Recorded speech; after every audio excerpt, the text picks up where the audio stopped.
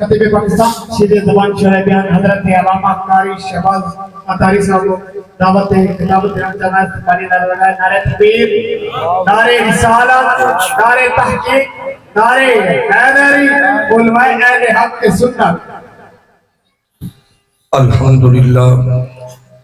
الحمدللہ رب العالمین والصلاة والسلام علی سید الانبیاء والمرسلین. اما بعد فاعوذ باللہ من الشیطان الرجیم. بسم اللہ الرحمن الرحیم. والسماء ذات البروج والجوم الموعود وشاہد ومشہود. قتل اصحاب الاخدود النار ذات الوقود. اما بعد قال اللہ تبارک وتعالی فی مقام آخر وبالوالدین احسانا. اما بعد قال النبی صلی اللہ علیہ وسلم الجنت تحت اقدام امہات. اما بعد قال رسول اللہ صلی اللہ علیہ وسلم الدعاء مخ العبادہ. صدق اللہ مولانا العظیم. ان اللہ وملائکتہ یصلون علی النبی یا ایہا الذین آمنوا صلوا علیہ وسلموا تسلیما. تمام احباب محبت کے ساتھ آقا کی ذات پہ درود و سلام کا نذرانہ پیش کریں. الصلاۃ والسلام علیک یا سیدی یا رسول اللہ. الصلاۃ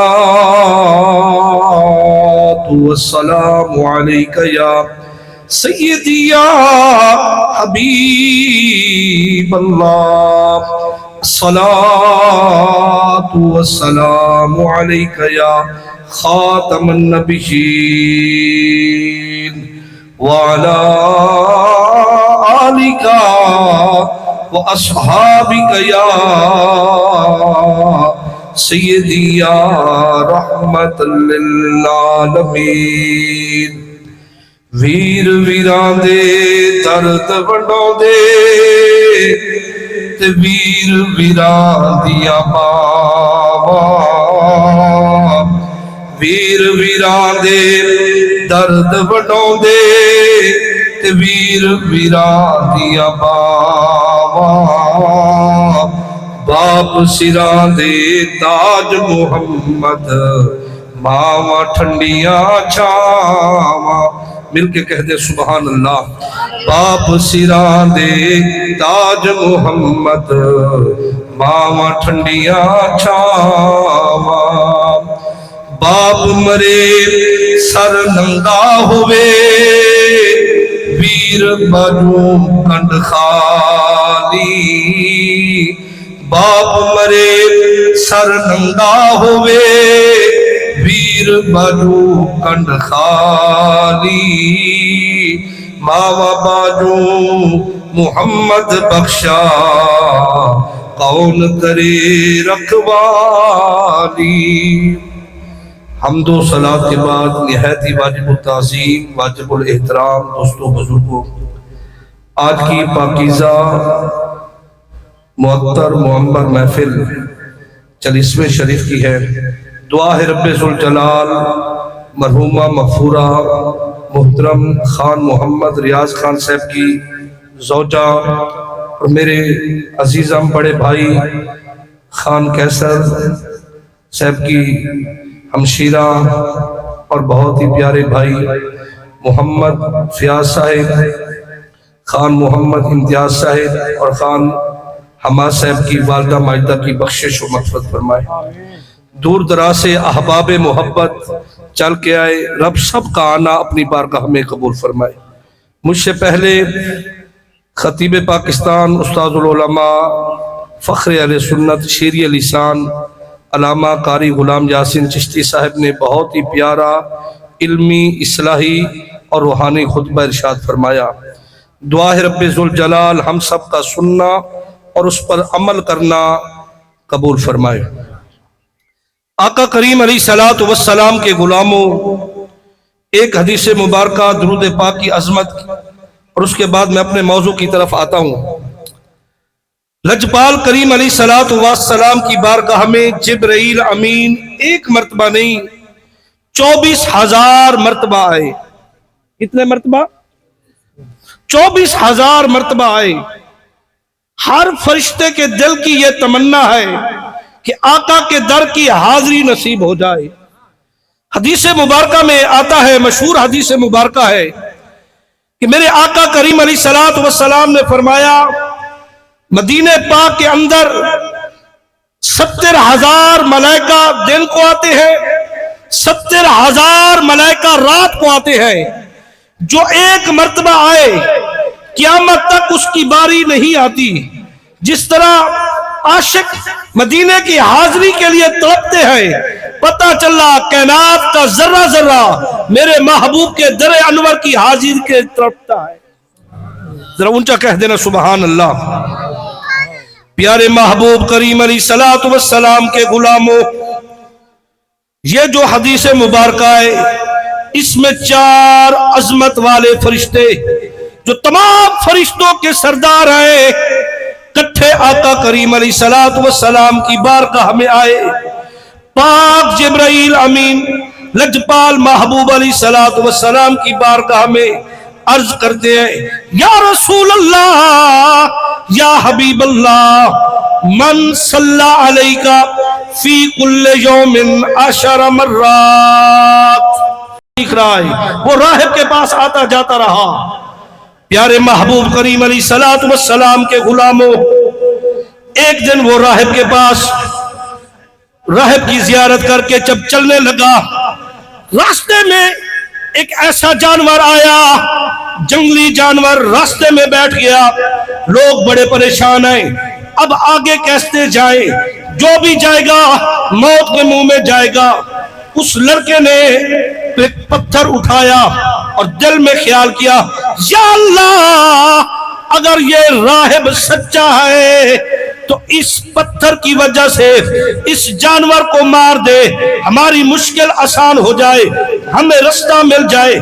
پیارے محبوب کے غلاموں، میرے آقا کریم علیہ الصلوۃ والسلام نے فرمایا جب اس نوجوان نے وہ پتھر اٹھایا اس راہب کا نام لے کر کہ مولا اگر یہ راہب سچا ہے اس خونی جانور کو مار دے، اس نے ایسا سے پتھر مارا جیسے ہی اس خونخوار جانور درندے کو وہ پتھر جا کے لگا، ٹچ ہوا تو فوراً وہ تڑپ کے مر گیا. لوگوں کو رستہ مل گیا، لوگ بڑے خوش ہوئے، پیروکار بننے لگے. انہوں نے کہا یار یہ لڑکا تو بڑا کمال کا ہے، ایک پتھر چھوٹا سا پتھر مارا ہے، اتنا بڑا جانور. جب بھی یہ آ جائے راستے بند ہو جاتے ہیں، جدھر بیٹھ جائے لوگ نہیں گزرتے، پیچھے تو چلے جاتے ہیں، آگے کوئی نہیں جاتا، اس کے سامنے کوئی نہیں آتا. اب اس لڑکے کی مشہوری ہو گئی. توجہ ذرا میری طرف کرنا، 5 منٹ کی گفتگو باقی ہے. جو بھی آتا وہ دعا کرتا، بیمار آتا صحت مل جاتی، بے اولاد آتا اولاد مل جاتی، مستجابات الدعوات بن گیا. بادشاہ کا ایک وزیر تھا، بڑا اس کے قرب میں رہنے والا، اس کی آنکھیں ختم ہو گئی، نبینا ہو گیا.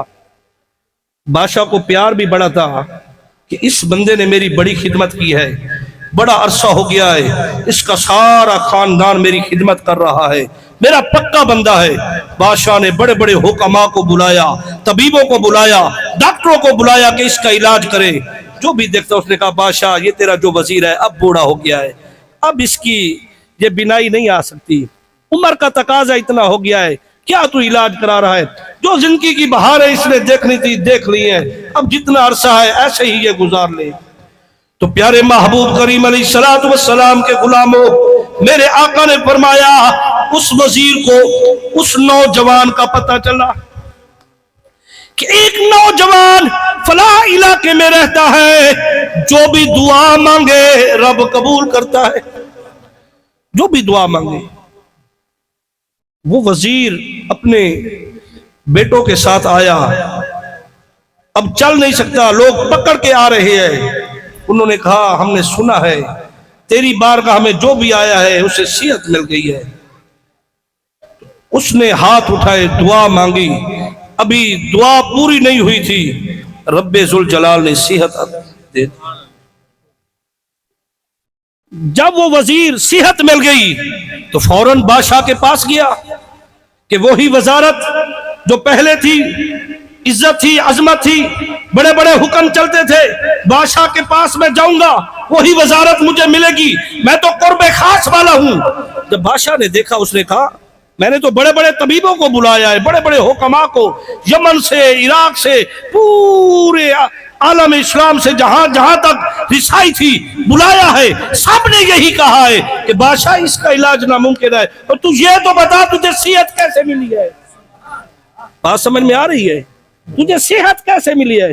اس نے کہا بادشاہ فلاں علاقے میں، ہمارے ہی علاقے میں ایک بستی ہے، اس میں ایک نوجوان رہتا ہے، کوئی اس نے مجون نہیں دی، کوئی اس نے پوڑی نہیں دی، صرف اس نے تو دعا کی ہے، رب نے مجھے صحت دی ہے۔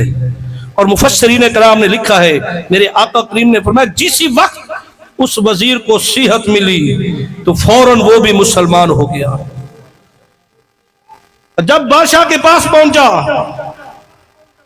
اس نے کہا اس لڑکے کو لے آؤ۔ جب لڑکا آیا، لڑکے نے راہب کا بتایا یہ جتنا فیض مجھے ملا ہے، جو کچھ مجھے ملا ہے، یہ میرا کمال نہیں، یہ جو راہب بیٹھا ہے، یہ جو اللہ والا بیٹھا ہے، اللہ کو ماننے والا بیٹھا ہے، ہر وقت خوف خدا کا درس دے رہا ہے، جو کچھ بھی مجھے عطا کیا ہے اس نے عطا کیا ہے۔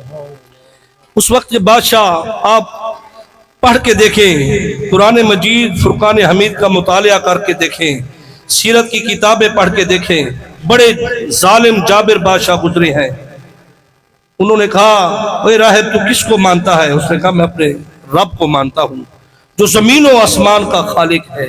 اس نے کہا تجھے تو میں بندے کا پتر نہیں مانتا، بندے کا بیٹا نہیں مانتا، اگر تو بندے کا بیٹا ہوتا تو رب کی بندگی کرتا، جس رب نے تجھے شہنشاہی دی، مال دیا، دولت دی، عظمت دی، عزت دی، اس رب کو مانتا، اللہ کے نبیوں پہ ایمان لے آتا، اللہ کو وحدہ لا شریک مانتا، تو خود خدائی دعویٰ کیے بیٹھے۔ وہ بادشاہ تھا، وزیر تھے، رعایا کو حکم دیا فوراً کڑھا آگ جلاؤ، کڑھا گرم کرو، اس کو پھینک دو۔ اس وزیر کو بھی پھینک دیا، بادشاہ کو بھی پھینک دیا، جتنے ماننے والے تھے سب کو پھینک دیا۔ لجپال محبوب کے غلاموں، جب اس نوجوان کی باری آئی اس نے کہا اسے ایسے نہیں پھینکنا، توجہ ہے آپ کی، اسے ایسے نہیں پھینکنا۔ اس نے کہا کیا کریں؟ فرمایا اونچی پہاڑی پہ لے جاؤ، فلاں پہاڑ پہ، جب پہاڑ کی چوٹی پہ جاؤ تو وہاں سے جا کر اسے گرا دو۔ اس کے جتنے سپاہی تھے، اس کے ماننے والے